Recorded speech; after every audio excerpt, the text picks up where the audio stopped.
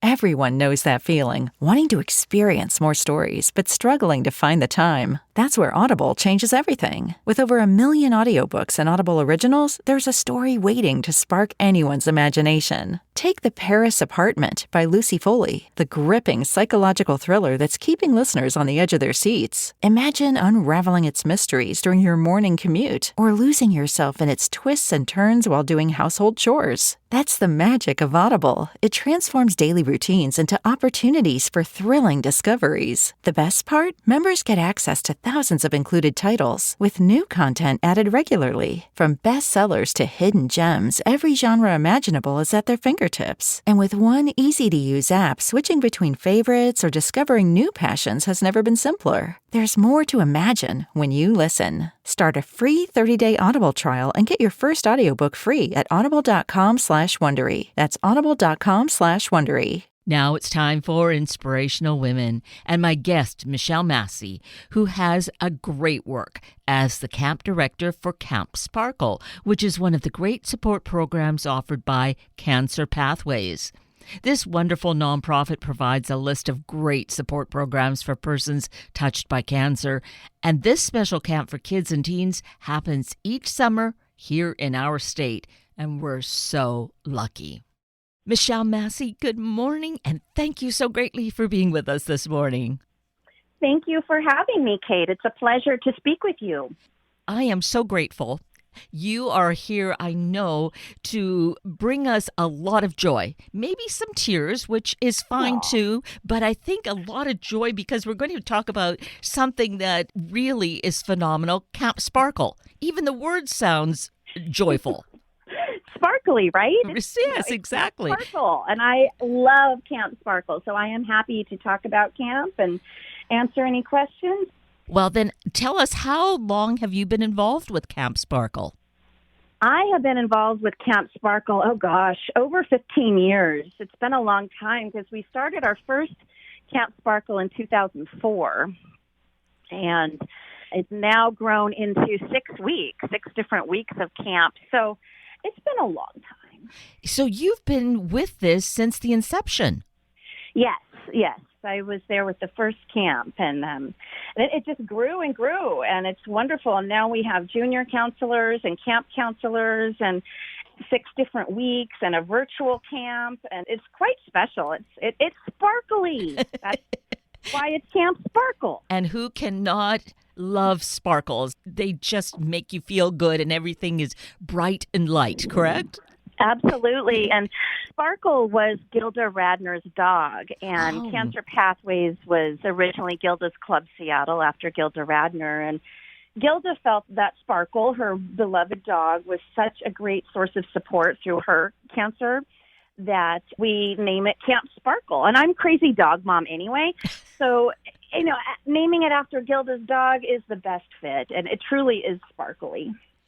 That is such a beautiful connection to know all that part of the history, too, because those of us who are dog people, and I wasn't until, about the last 10 years, but boy, now I get it in my life. And so I can understand how Sparkle would have been so important to Gilda and why calling the camp Sparkle really has such significance. Absolutely, yes. So you've seen this evolve from one small camp to begin with. Now there are 6 camps and then the online, which is great. I think the online actually evolved because of COVID. It did. We are like bamboo. We bend. We bend with the times. We bend with the needs. So during a pandemic, how do you have a camp? Okay, we can do it virtually. We can do it online. And we have a wonderful staff at Cancer Pathways, and we put it together. We did it. Virtual camp started in 2020.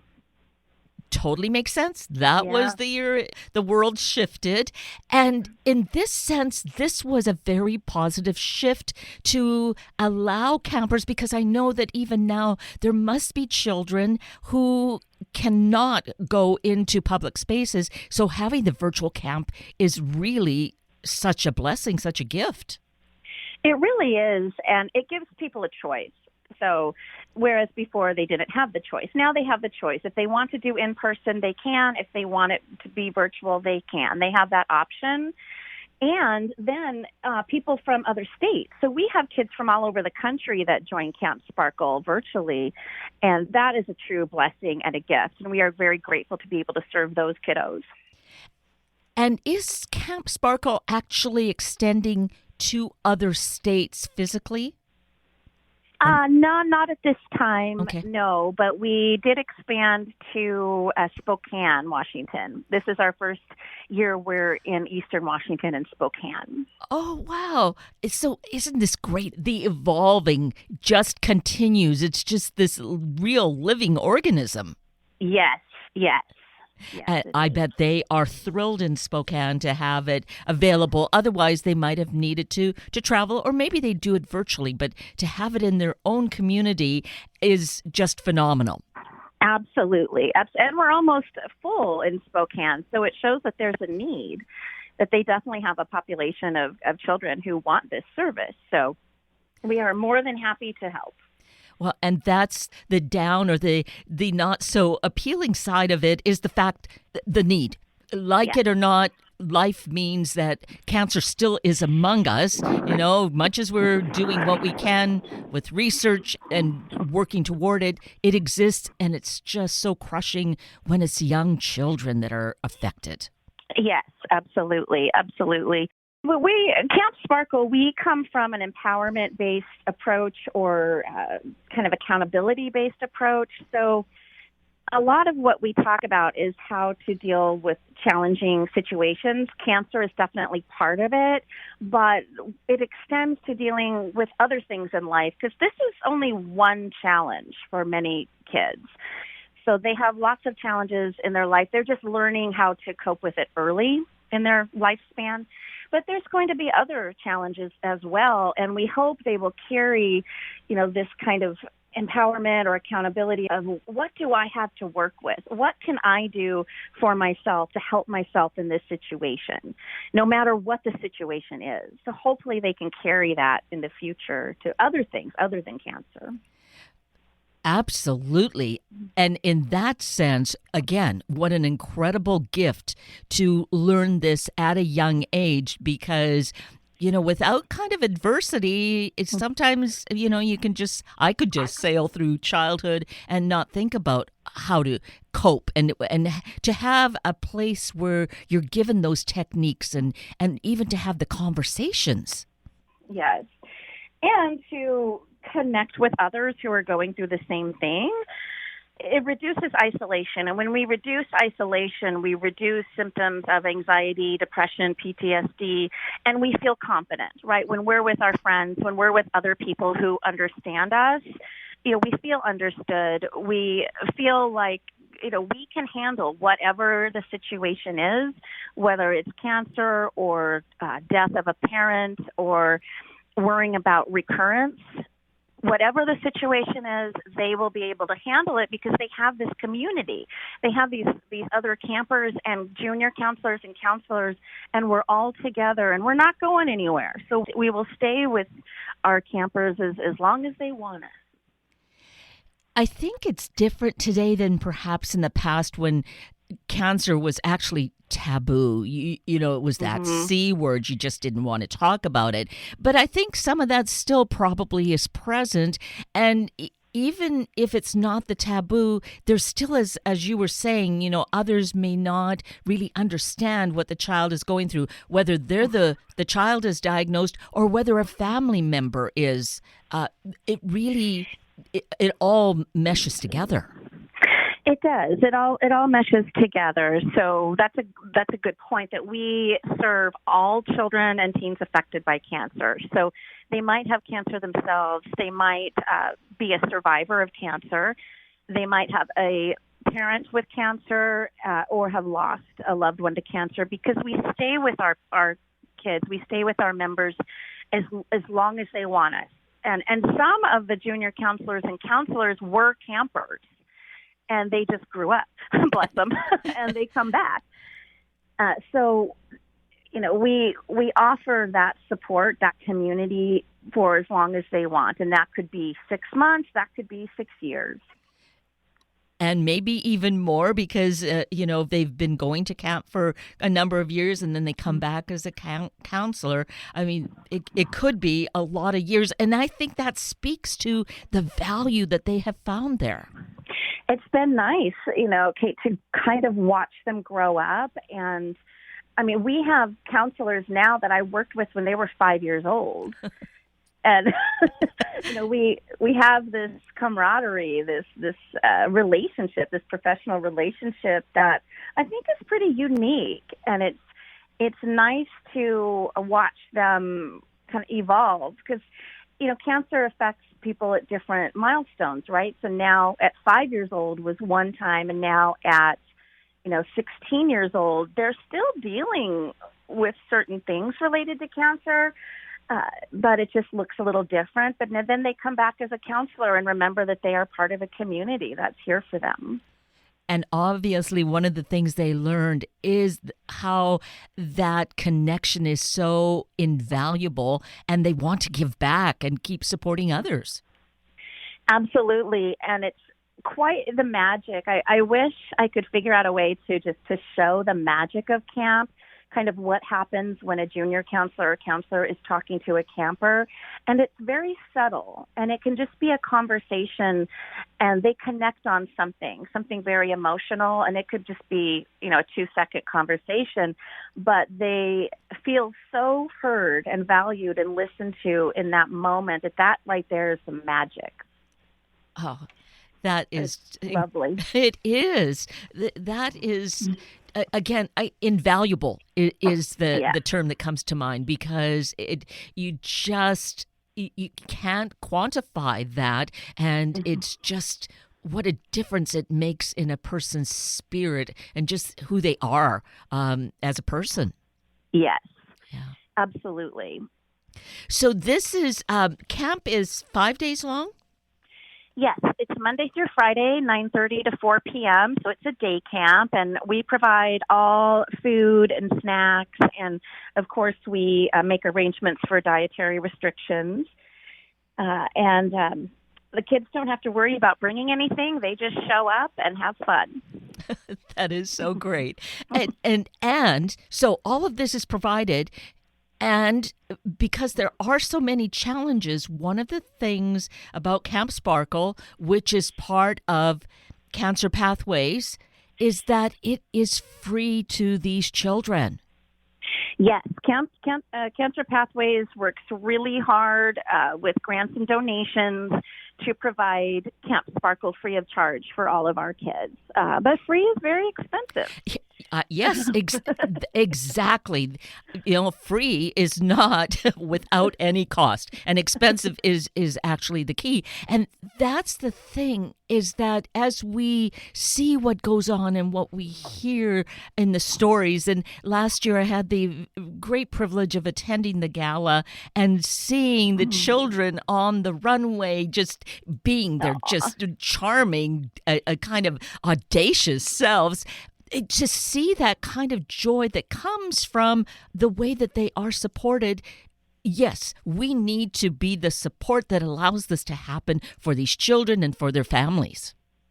Absolutely. And I always say, and I say this in my training to the counselors, is that it takes one person to make a difference in a child's life. It takes one of those magic moments.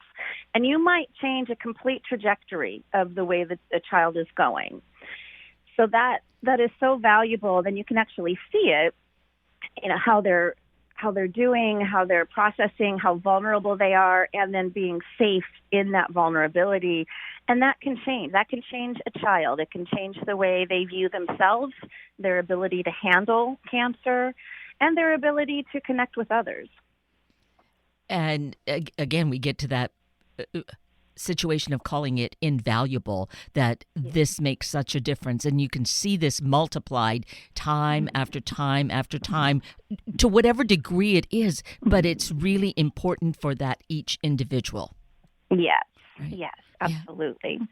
So there still is an opportunity to enroll for camp if people have just not even been aware of it. But, spots are filling up quickly, and some of the locations have already been full. But if they wanted to find out more information and potentially to enroll, how would they go about that, Michelle? So the easiest way to enroll for Camp Sparkle is to go to our website at cancerpathways.org, and you can register online. If you have any trouble or if it says it's full, just email me directly, Michelle with 2 L's, Michelle at cancerpathways.org, and tell me your situation, and I can see what I can do if it says that we're full. But it is free of charge for our members, and we are here to help. So online is the easiest way to register. Great. And while we're at it, since we're online and talking about that, to anyone, whether it's someone thinking about having someone attend camp, or whether you just want more information, as we were saying, free is expensive. And making a donation to whatever degree possible, everything helps. So that can be done right at that website too. Yes. Donations are accepted through that website as well. That's a good place to go. Excellent. So in terms of all these years, the 15 years that you've been involved with Camp Sparkle, Michelle, you've said how you've seen these children grow coming from age 5 and, maybe, 7 years later, you're seeing them there as a junior camp counselor. Does someone stand out in terms of changes that went on or something they said to you? There's so many. So many, Kate, because I've watched them grow up, a lot of these kiddos. And sometimes they made poor choices, and sometimes they had to be reminded who they are, that they are amazing kids, and they have the ability and the expectation to make better choices or good choices, so to speak. What I have seen, kind of part of the magic, I'll speak a minute about part of the magic about Camp Sparkle, is that when kids go to camp, cancer then is not something that is interesting about them, because everyone there has cancer or has a loved one with cancer. So what makes them unique or interesting outside of Camp Sparkle is not interesting in camp. So they can be interesting because of other things, not cancer. And it's an interesting experience, watching that dawn on them, like, well, everyone here has cancer in some way. So that doesn't make me weird, right? That doesn't make me different. So to watch that process, and it was so cute. I'll never forget. This happens actually almost every year, but I think it was last year, and it happened before. We're in the welcome circle, and we do that every morning. We get in our circle and we say our name, our age, who in our family has cancer, and then our favorite something, like favorite ice cream or favorite movie, whatever it is. And we're going around, and we're about halfway done. And this darling, sweet one, who I think at that time was 6 years old, just stops and throws his hands on the ground, and he's like, Miss Michelle, oh my gosh, everyone here has cancer. I was like, you're right. Like, yeah. And he's like, dang. And it just occurred to him that everyone there is affected by cancer.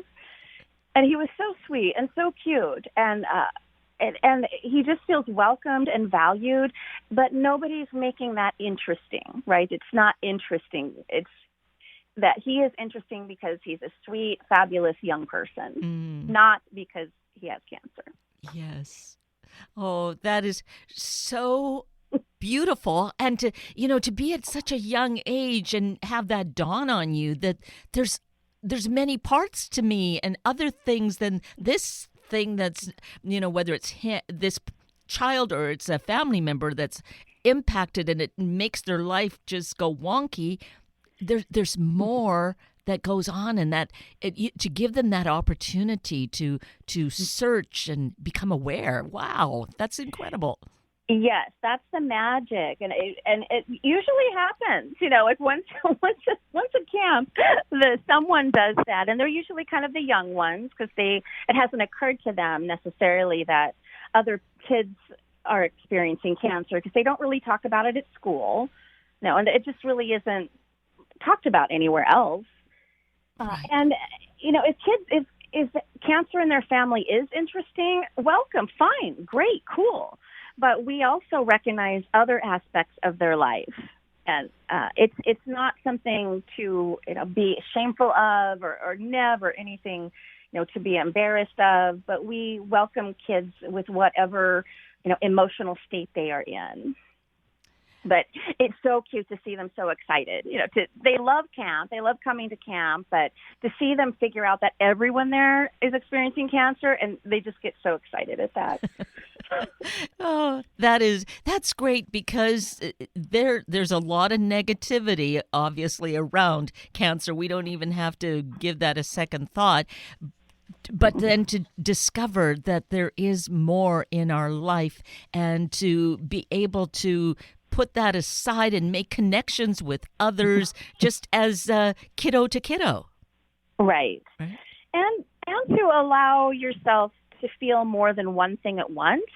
So while you may be sad or angry about cancer, welcome that. Be sad, be angry, but you can take a moment if you need to, but then you can still go play a game or go to the playground or make a creation out of clay. Like you can have fun with your friends and be sad at the same time. And that's often something that they either never thought about or maybe something that isn't encouraged in other places. But it's really about owning your feelings, owning who you are, and being genuine, but realizing that you can cope with this, and this is how you do it. Oh, this is just such an incredible opportunity. Thinking of the growth that goes on at this young age due to something that's very tragic and negative, but knowing that even in those circumstances, there are good things. As you were saying, Michelle, knowing you can have these dual feelings at the same time. Right. Yeah. Yes. So you're looking forward to camp starting, and you've got a very busy summer ahead of you. Yes. We start July 10th in Bellevue. Bellevue's our first week. And then we do Spokane, then Seattle, then Everett, then Tacoma. And then online camp is it's the third week in July, virtual camp. The physical camps, are they held at campgrounds or in a building, or well, it can't be just a building because they're playing games and yeah. Right? So we have Camp Sparkle Seattle at Cancer Pathways on Capitol Hill, Broadway, and Union, big brick building. So we start camp, every day at our clubhouse. We call it a clubhouse. And then we go on field trips or down to the park every afternoon, so they get plenty of playtime. And then the other locations are either at parks with a shelter that have water, either a splash pad, playground, or Lake Washington, or different sources of water so they can have outdoor water play. Or community centers, like down in Tacoma, we have a beautiful community center that we use. And all of our locations have like playground areas, fields to play different games at, and some kind of water source to go swimming or splash in the water. But there's always choices for the children at camp, so they can choose kind of what activity they want to do during our playtime, during our free time. Kind of like probably the camps that we grew up with, kind of old school camp, where just play. Just take some time out of your day and just play. And the children are of an age that they really can relate with each other, because you mentioned a 6-year-old, so they start at about 5 or 6. Yes. Okay. And then there are counselors. So how many kids are the actual campers? So we try to limit it at 25 campers. Okay. And then how many counselors? So campers are age 5 to 12, and then we have junior counselors. So there's probably going to be 5 or 6 or so junior counselors at each camp. And then counselors are 16 and up, and there's about 10 or 12 camp counselors. That's almost a 1-to-1 ratio then. Yeah, there's a lot of support, but the junior counselors are ages 13 to 15. And the reason we have junior counselors is because no one aged 13, 14, and 15 want to be called a camper because they're not. They're not 5 anymore. So at 13, I do expect them to have a little more responsibility than, a 5-year-old. So junior counselors can help out, pass out snacks, help with art projects, lead games. They're basically there to help play with the kids. And they can have as much responsibility as they want. We don't ever pressure anyone, but we do offer an opportunity to have more of a responsible role. But they are absolutely encouraged to enjoy the activities as well. And so while they are junior counselors, we want to make sure we have enough camp counselors to make sure everybody is safe and everybody is doing what they need to do. Right. Yes. And so for the junior counselors, do they get a little bit of training prior to going to the camp to get a sense of what their role will be? They do. So I do an intake with everyone, every camper, every junior counselor, and every counselor. So that's just a one-on-one meeting with me where we talk about what their goals are, what do they want to do, what do they enjoy doing, because we really want to pair them up with what their interest is. And then we have a counselor training. We just did an in-person training, and we have a virtual training next Tuesday. And I'm happy to add anyone. Just email me at michelle@cancerpathways.org, and I'm happy to add anyone if they want to be in that training. So there is some training, for junior counselors, and then camp counselors have a bit more extensive training. But we are very, empowerment-based or member-driven. So I really want our junior counselors to, feel like they have a voice in their own experience, and I work with them to match them up with what their needs are. This is such, again, an ideal situation in a dire situation, but maybe, if we think about it, that's life just in general. And to be able to, in a very methodical way, create this experience so that these youth, these children, these youth really get the opportunity to make the best of their life possible. Yes. Oh. Yes, and to grieve. Many of our kids are grieving for different reasons. It's not only death; it's grieving of many losses with cancer, and it's to help them process these losses and help them process this grief experience, these changes, and to know that whatever happens in their life, they will manage it. And not to say that that's easy by any means, but they will have a community to help them. And that receiving help is a good thing. We want to receive help. Yes. And to know to ask for it, that it's okay to ask. Yes, and there doesn't need to be any stigma about receiving help, especially when you're grieving, when your own body is going through medical complications, going through cancer, or when your mom or dad are going through cancer or pass away.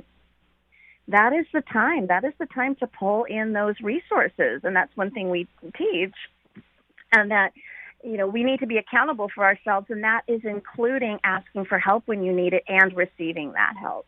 That can be hard to do. Not everyone likes to ask for help, and not everyone wants to receive it either. Right.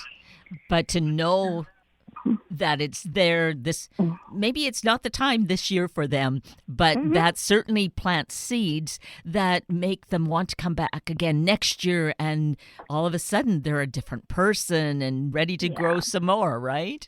Absolutely, and we are judgment free. We support everyone because we believe that everyone, children and adults, they are experts in their own lives. So we are here to help support, but we're not going to tell anyone how to feel. Kids are sick of that. Kids are so sick of having adults tell them what to do and what to feel that we are very mindful of creating that safe, judgment-free environment so they can just be, and they are welcome however they are. Oh, what an incredible opportunity, time, experience. Just so great. Invaluable, as we said earlier on. Oh, yes. Thank you, Kate. Yes. Oh, well, you're welcome, Michelle. Thank you so much for being with us to share this. Let's mention the website, ways to get involved, and ways to support as well as we can. Absolutely. So it's cancerpathways.org, and on that website you will see a link of how to register for camp. You will also see a link of how to donate to Camp Sparkle or Cancer Pathways. Remember, free is very expensive, and we will never charge our members. So it's cancerpathways.org. And then if you have specific questions for me or the registration says full, feel free to email me at Michelle, Michelle, at cancerpathways.org. Oh, Michelle Massey, you are just so incredible, and I so appreciate your taking time to give us these important insights today. Thank you so greatly. You are welcome, Kate. Thank you so much for having me. Camp Sparkle is my most favorite thing to talk about, so I get very excited. So I'm happy to talk to you anytime. Wonderful. Well, we can hear that enthusiasm in your voice, and parents hearing this may want that sparkle, that enthusiasm for their own kids. Yes, the sparkle. I love it. That brings us to the end of a very full hour of Inspirational Women with Michelle Massey and Sunday Morning Magazine with Dr. Yener Balan and Diego Balan.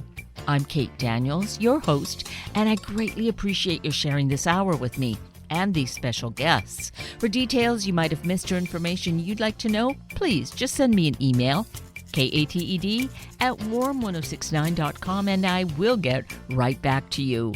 Also, if you'd like to listen again or to share these important stories with your family and friends, find the podcast on our Warm 1069 webpage. Just click on the podcast tab, then either of the show names, and then look for the guest names.